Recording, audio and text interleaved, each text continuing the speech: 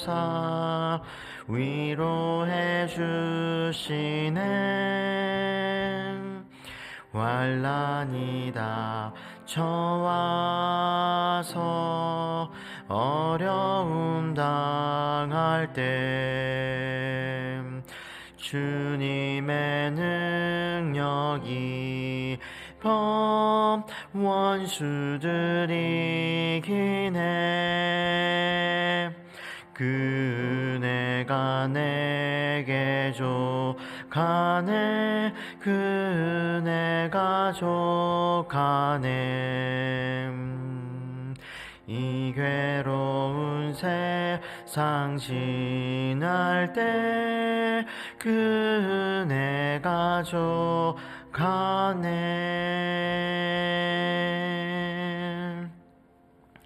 하나님께서 우리에게 베풀어 주신 은혜를 찬양하나이다. 우리에게 베풀어 주신 그 은혜들 우리가 늘 만족하며 족하게 여기며 살아갈 수 있게 하여 주시고, 또 행여 우리가 원하는 것이 우리에게 원하는 방식대로 이루어지지 않는다고 해서 실망하는 것이 아니라 하나님의 방식대로 또 하나님의 뜻 가운데 이루어지는 것을 믿으며 기도하며 순종하며 또 말씀을 따라 하나님과 동행하는 복된 삶을 살게 하여 주시옵소서. 여러 어려움 가운데 있는 우리 성도님들이 있습니다. 특별히 병중에 있으면 치료하여 주셔서 그 복된 여정 가운데 힘있게 함께하게 하여 주시고 함께 사명을 감당할 수 있는 은혜를 또한 베풀어 주시옵소서. 성령님께서 이 시간 우리에게 깨우침의 은혜를 더하여 주셔서 말씀으로 우리가 무장되게 하여 주시고 오늘도 살아갈 수 있는 능력을 힘 덧입으며 또 힘있게 힘차게 하루를 시작할 수 있는 은혜를 부어 주시옵소서. 예수님의 이름으로 기도하옵나이다. 아멘. 이 시간 우리에게 주시는 하나님의 말씀은 열왕기상 21장 17절에서 29절입니다. 열왕기상 21장 17절에서 29절 말씀 함께 보겠습니다. 여호와의 말씀이 디셉 사람 엘리야에게 임하여 이르시되 너는 일어나 내려가서 사마리아에 있는 이스라엘의 아합 왕을 만나라. 그가 나봇의 포도원을 차지하러 그리로 내려갔나니 너는 그에게 말하여 이르기를 여호와의 말씀이 내가 죽이고 또 빼앗았느냐고 하셨다 하고 또 그에게 이르기를 여호와의 말씀이 개들이 나봇의 피를 핥은 곳에서 개들이 내 피 곧 내 몸의 피도 핥으리라 하였다 하라. 아합이 엘리야에게 이르되 내 대적자여 내가 나를 찾았느냐? 대답하되 내가 찾았노라. 내가 내 자신을 팔아 여호와 보시기에 악을 행하였으므로 여호와의 말씀이 내가 재앙을 내게 내려 너를 쓸어 버리되 내게 속한 남자는 이스라엘 가운데에 매인 자나 노인자를 다 멸할 것이요 또 내 집이 느밧의 아들 여로보암의 집처럼 되게 하고 아히야의 아들 바하사의 집처럼 되게 하리니 이는 내가 나를 노하게 하고 이스라엘이 범죄하게 한 까닭이니라 하셨고 이세벨에게 대하여도 여호와께서 말씀하여 이르시되 개들이 이스라엘 성읍 곁에서 이세벨을 먹을지라. 아합에게 속한 자로서 성읍에서 죽은 자는 개들이 먹고 들에서 죽은 자는 공중의 새가 먹으리라고 하셨느니라 하니 예로부터 아합과 같이 그 자신을 팔아 여호와 앞에서 악을 행한 자가 없음은 그를 그의 아내 이세벨이 충동하였음이라. 그가 여호와께서 이스라엘 자손 앞에서 쫓아내신 아모리 사람의 모든 행함 같이 우상에게 복종하여 심히 가증하게 행하였더라. 아합이 이 모든 말씀을 들을 때에 그의 옷을 찢고 굵은 배로 몸을 동이고 금식하고 굵은 배에 누우며 또 풀이 죽어 다니더라. 여호와의 말씀이 디셉 사람 엘리야에게 임하여 이르시되 아합이 내 앞에서 겸비함을 내가 보느냐? 그가 내 앞에서 겸비함으로 내가 재앙을 저의 시대에는 내리지 아니하고 그 아들의 시대에야 그의 집에 재앙을 내리리라 하셨더라. 아멘. 오늘 말씀은 나봇의 억울한 죽음과 그의 포도원이 아합의 손에 넘어간 일에 대한 하나님의 반응이 심판이 나타나고 있습니다. 하나님께서는 당신의 종인 엘리야를 보내셔서 그에게 메시지를 주시는데요. 특별히 아합 왕은 갈멜산 또 그 이전의 이야기들을 통해서 사건들을 통해서 엘리야가 어떤 존재인지 하나님의 종으로서 선지자로서 그의 위치 또 그가 가지고 있는 능력뿐만 아니라 또 하나님께서 실로 그를 통해서 이루어지는 것을 직접 목격했기 때문에 그가 전했던 말들을 무시할 수 없었을 것입니다. 그렇다면 오늘 또 17절의 말씀을 보게 되니까 그 구체적인 하나님께서 엘리야를 통해서 주신 말씀이 기록되고 있는데, 먼저 여호와의 말씀이 디셉 사람 엘리야에게 임하여 이르시되. 왕정시대 선지자들은 보통 왕에게 특별한 메시지를 전하는 사명을 감당하고 있었는데, 왜냐하면 왕을 가까이 대면하고 또 그에게 조언을 하거나 또 책망을 하거나 하는 그런 말들을 아무나 할 수 없었기 때문에 하나님께서는 말씀에 근거하여 왕들을 때로는 경고하기도 하시고 또 말씀을 주시고 또 위로도 해 주시는 그런 것을 볼 수가 있는데, 참된 선지자의 모습을 보였던 엘리야가 이제 왕에게 가서 말씀하고 있는 것을 볼 수가 있는데, 오늘 말씀을 보게 되면 특별히 아합 왕에게 심판의 말씀을 전하고 있는 것을 볼 수가 있지요. 먼저 지금 아합 왕이 사마리아에 있는 것을 하나님께서는 아시고 엘리야를 구체적으로 사마리아로 가라라고 말씀하고 있는 것을 볼 때, 엘리야가 과거에 동굴에 있었던 것처럼 그가 어디에 있으며 어떤 상황에 놓여 있는지 아셨던 그 하나님께서 아합 왕이 지금 어디에 있으며 또 어떤 상황 가운데 놓여 있으며 그가 행한 일이 무엇인지 분명히 알고 계시다고 하는 것을 우리는 18절을 통해서 알 수가 있습니다. 그래서 이것을 통해서 우리가 알 수 있는 것은 하나님께서는 모든 것을 정확히 알고 계신다, 모든 것을 관찰하고 계시는 하나님이심을 우리에게 먼저 보여주고 계시는 것이죠. 그런 모든 것을 관찰하시는 하나님께서 19절의 말씀을 보게 되면 엘리야를 통해 내려진 그와 같은 말씀이 기록되어 있습니다. 함께 다시 볼까요? 너는 그에게 말하여 이르기를 여호와의 말씀이 내가 죽이고 또 빼앗았느냐 하셨다 하고, 또 그에게 이르기를 여호와의 말씀이 개들이 나봇의 피를 핥은 곳에서 개들이 내 피고 내 몸의 피도 핥으리라 하였다 하라. 이게 엘리야를 통해서 주어진 메시지이죠. 그래서 하나님께서 아합의 행위를 정확히 알고 계시는 것을 볼 수가 있는데, 내가 죽이고 또 빼앗았느냐, 죽이고 빼앗았느냐. 이 말씀 속에서 보게 되면 나봇에게 일어난 그 일들이 다 담겨져 있는 것이죠. 그래서 하나님께서는 그의 죽음을 그냥 두고 보시지 아니하시고 아합 왕에게도 똑같이 죽음에 대한 예언을 선포하고 있는 것을 볼 수가 있습니다. 이런 메시지를 가지고 20절에서 22절의 말씀을 보게 되면 이제 엘리야가 아합 왕을 만나게 되는데요. 하나님께서 그 아합 왕에게 말씀을 주시는 그 내용이 이 아합 왕과 엘리야의 대화 속에 잘 나타나 있습니다.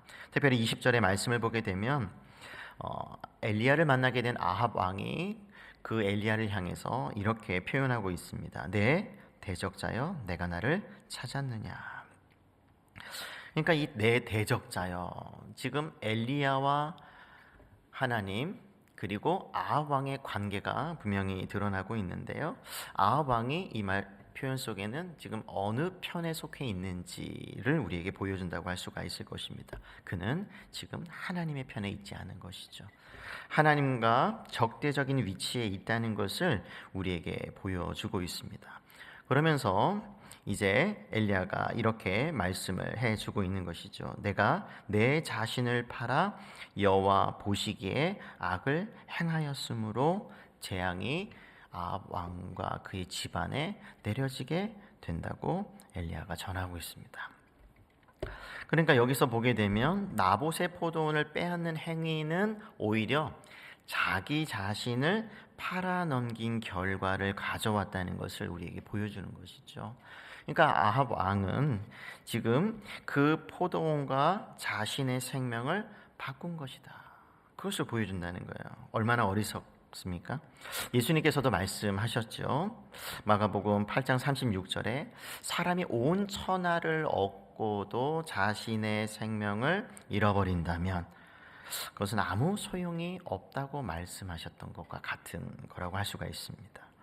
그러니까 아하박은 또 누가복음의 또 12장에 나오는 어리석은 부자처럼 재물은 열심히 모았을지는 모르지만 그것을 누리지 못하는 어리석은 부자처럼 재물에 눈이 멀어서 자신의 목숨을 잃게 되는 지금 상황에 놓이게 되는 것이죠. 그래서 예수님의 가르침을 따라 누가복음 12장 21절의 말씀을 보게 되면 자기를 위하여 재물을 쌓아두고 하나님께 대하여 부요하지 못한 자라고 볼 수가 있는 것입니다. 그래서 이 말씀, 또 아합 왕이 그 재물을 탐하고 나봇을 죽이고 그 포도원을 빼앗는 이 일련의 사건들을 통해서 과연 우리는 어떠한가 한번 좀 생각해 볼 필요가 있을 것입니다. 과연 우리는 하나님으로 부요한 자인가? 우리가 더 원하는 것을 얻지 못한다고 하더라도 하나님 한 분만으로 족하고 만족할 수 있는가? 이것을 한번 생각해 봐야 하는 것이죠. 이처럼 재물과 자신의 목숨을 맞바꾼 아합 왕에 대한 심판이 있고 나서 이제 왕비인 이세벨이 또한 그 심판에서 빠지지 않게 되는데요. 23절에 보면 이세벨에게도 대하여도 여호와께서 말씀하여 이르시되 개들이 이스라엘 성읍 곁에서 이세벨을 먹을지라. 또한 아합에게 속한 사람들에 관한 심판에 대한 예고가 24절에도 있지요. 아합에게 속한 자로서 성읍에서 죽은 자는 개들이 먹고 들에서 죽은 자는 공중의 새가 먹으리라고 하셨느니라 하니 이세벨과 그 아합의 그 속한 자들 그 집안은 죽음을 심판을 피할 수 없다는 예언의 말씀입니다. 이와 같은 심판의 말씀이 주어지고 나서 25절에서 26절에 보게 되면 그와 같은 악행을 했던 아합 왕에 대한 평가가 이어지고 있는데요. 범죄에 대한 평가이죠. 역시 25절의 말씀을 보게 되면 예로부터 아합과 같이 그 자신을 팔아 여호와 앞에서 악을 행한 자가 없음은 그 원인을 이세벨의 충동으로 돌리고 있는데요. 그를 그의 아내 이세벨이 충동하였음이라. 그러니까 그 아합 왕의 그 악행의 배후 속에는 왕비 이세벨의 그 충동질이 있었다는 것이죠. 그러니까 이 말을 통해서 우리가 한번 좀 생각해 보는 것은 하나님의 사람들 곁에 누가 있는지 굉장히 중요하다는 것이에요. 사람은 누구나 충동을 받죠. 유혹을 받고 또 생각을 바꿀 만한 영향력을 받으며 또 주면서 우리가 살아가고 있습니다. 우리는 사회적인 관계 속에 있기 때문에. 하지만 사회적인 관계 속에서 또 함께 영적인 관계가 형성이 되기 때문에 서로 영향을 주고받는다는 것이. 그래서 하나님의 사람들은 다른 그런 악한 말에 귀 기울이기보다는 거기에 우리가 충동을 당하여서 넘어지는 것을 주의하면서 하나님의 말씀에 감동을 받는 것이 얼마나 중요한지 모릅니다. 그래서 매일매일 이렇게 새벽에 나와 또 주일날 수요일마다 또 우리가 목장 모임마다 또 모일 때마다 말씀을 먼저 읽고 기도하고 찬양하고 이와 같은 일들을 하는 것은 우리의 마음을 조금 더 하나님으로 부유하게 하고 하나님의 마음을 갖추어서 하나님의 일들을 해나가기 위해서 준비되어지는 그런 모든 아주 경건한 중요한 그런 과정이라고 할 수가 있을 것입니다. 그래서 우리는 하나님의 말씀에 감동을 받아서 그렇지 이렇게 해야지 또 저렇게 해야지 이거는 하지 말아야지 그와 같은 일들을 해나가면서 우리는 하나님의 감동 가운데 모든 일들을 해나가고 또 살아가야 한다는 것을 우리는 그 이세벨 그 속에서 있었던 충동과 악행들을 통해서 우리가 반면교사로서 배울 만한 점이라고 할 수가 있을 것입니다. 이처럼 아합 왕을 향한 심판의 메시지, 그것을 들었던 아합 왕은 그러면 어떤 반응을 했을까요? 성경은 크게 여러 반응들이 있습니다. 무시하거나 회개하거나 뭐 그러기도 하는데, 놀랍게도 아합 왕은 정말 악의 대명사라고 할 수 있는 그 악한 왕일지라도 회개하는 모습을 보게 됩니다. 27절의 말씀인데요, 우리 같이 한번 읽어볼까요? 시작. 아합이 이 모든 말씀을 들을 때에 그의 옷을 찢고 굵은 배로 몸을 동이고 금식하고 굵은 배에 누이며 또 풀이 죽어 다니더라. 그러니까 이 아합 왕이 그래도 그 안에 어렸을 때부터 배웠던 말씀, 그런 종교적인 신앙적인 배경, 그리고 하나님의 그 선지자의 어떤 그런 영향, 그 속에서 그가 어느 정도 신앙이, 하나님 신앙이, 여호와 신앙이 자리 잡고 있다는 것을 알 수가 있죠. 왜냐하면 그것이 없었다면 이렇게 반응할 수 없었을 것입니다. 그런데 놀랍게도 하나님께서 그와 같은 회개의 모습을 하나님께서 내치지 아니하시고 받아주신다고 하는 사실입니다. 부정하지 않으시죠? 29절이죠. 아합이 내 앞에서 겸비함을 내가 보느냐? 그가 내 앞에서 겸비함으로 내가 재앙을 저의 시대에는 내리지 아니하고 그 아들의 시대에야 그 집에 재앙을 내리리라 하셨더라.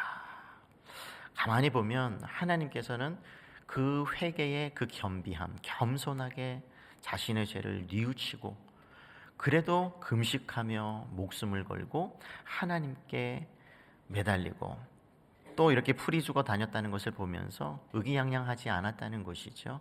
회개의 그런 모습들을 다른데로 갖췄다는 것을 볼 수가 있습니다. 그래서 하나님께서는 그것을 부정하지 아니하시고 심판은 연기되지만 면할 수는 없었다는 것을 우리에게 말씀해 주고 있습니다. 이 말씀을 통해서 우리가 한 가지 또 중요하게 배울 수 있는 것은, 비록 흉악한 죄인이라 할지라도 회개하는 것을 하나님께서 기뻐하신다는 것이죠. 우리가 생각할 때 저 사람은 회개할 수 없을 거야, 저런 흉악한 죄인이 어떻게 하나님께 구원을 받는다고, 이렇게 생각할 수 있는 사람들조차도 하나님께서는 그들의 회개를 기뻐하시고 그들이 하나님께 돌아오기를 원하신다는 것을 우리는 성경 곳곳에서 볼 수가 있는데요. 에스겔 선지자 18장 23절에서 그 선지자는 이렇게 우리에게 전해주죠. 하나님은 악인일지라도 죽는 것을 기뻐하지 않으시며 돌이켜 회개하고 사는 것을 기뻐하신다. 그러면서 이렇게 구체적으로 말씀해주고 있습니다. 주 여호와의 말씀이니라. 내가 어찌 악인이 죽는 것을 인들 기뻐하랴. 그가 돌이켜 그 길에서 떠나 사는 것을 어찌 기뻐하지 아니하겠느냐. 만일 의인이 돌이켜 그 공의에서 떠나 범죄하고 악인이 행하는 모든 가증한 일대로 행하면 살겠느냐. 그가 행한 공의로운 일은 하나도 기억함이 되지 아니하리니 그가 그 범한 허물과 그 지은 죄로 죽으리라. 하나님께서는 악인이 그냥 악행을 하다가 살다가 죽는 것을 조금이라도 기뻐하지 아니하시는 하나님. 우리가 이것을 통해서 하나님께서는 오늘날도 그 십자가의 은혜로, 그 구속의 은총으로 우리 모두 회개하기를 원하고, 또 만약 우리에게 또 자범죄와 같은 죄가 있다고 한다면, 회개해야 할 죄가 있다고 한다면 하나님께서는 회개하고 용서를 받고 또 다른 사람들을 용서하는 그런 복된 삶을 살기를 원하신다고 한다는 사실입니다. 그래서 비록 아합 왕과 같은 이런 왕도 회개를 기뻐 받으시는 하나님이시라고 한다면 우리의 회개도 기뻐 받으신다는 사실을 늘 기억하면서 그 회개를 통해서 하나님과의 관계가 회복이 되고 또 하나님과 그 관계 속에서 행복한 신앙생활을 하실 뿐만 아니라 또 우리에게 주어지는 일들을 더 능력 가운데, 하나님의 은혜 가운데 능히 잘 감당하는 그런 복된 삶을 사시기를 주님의 이름으로 축복합니다. 아멘. 아까 우리 불렀던 찬송인데요, 우리 찬송가 300장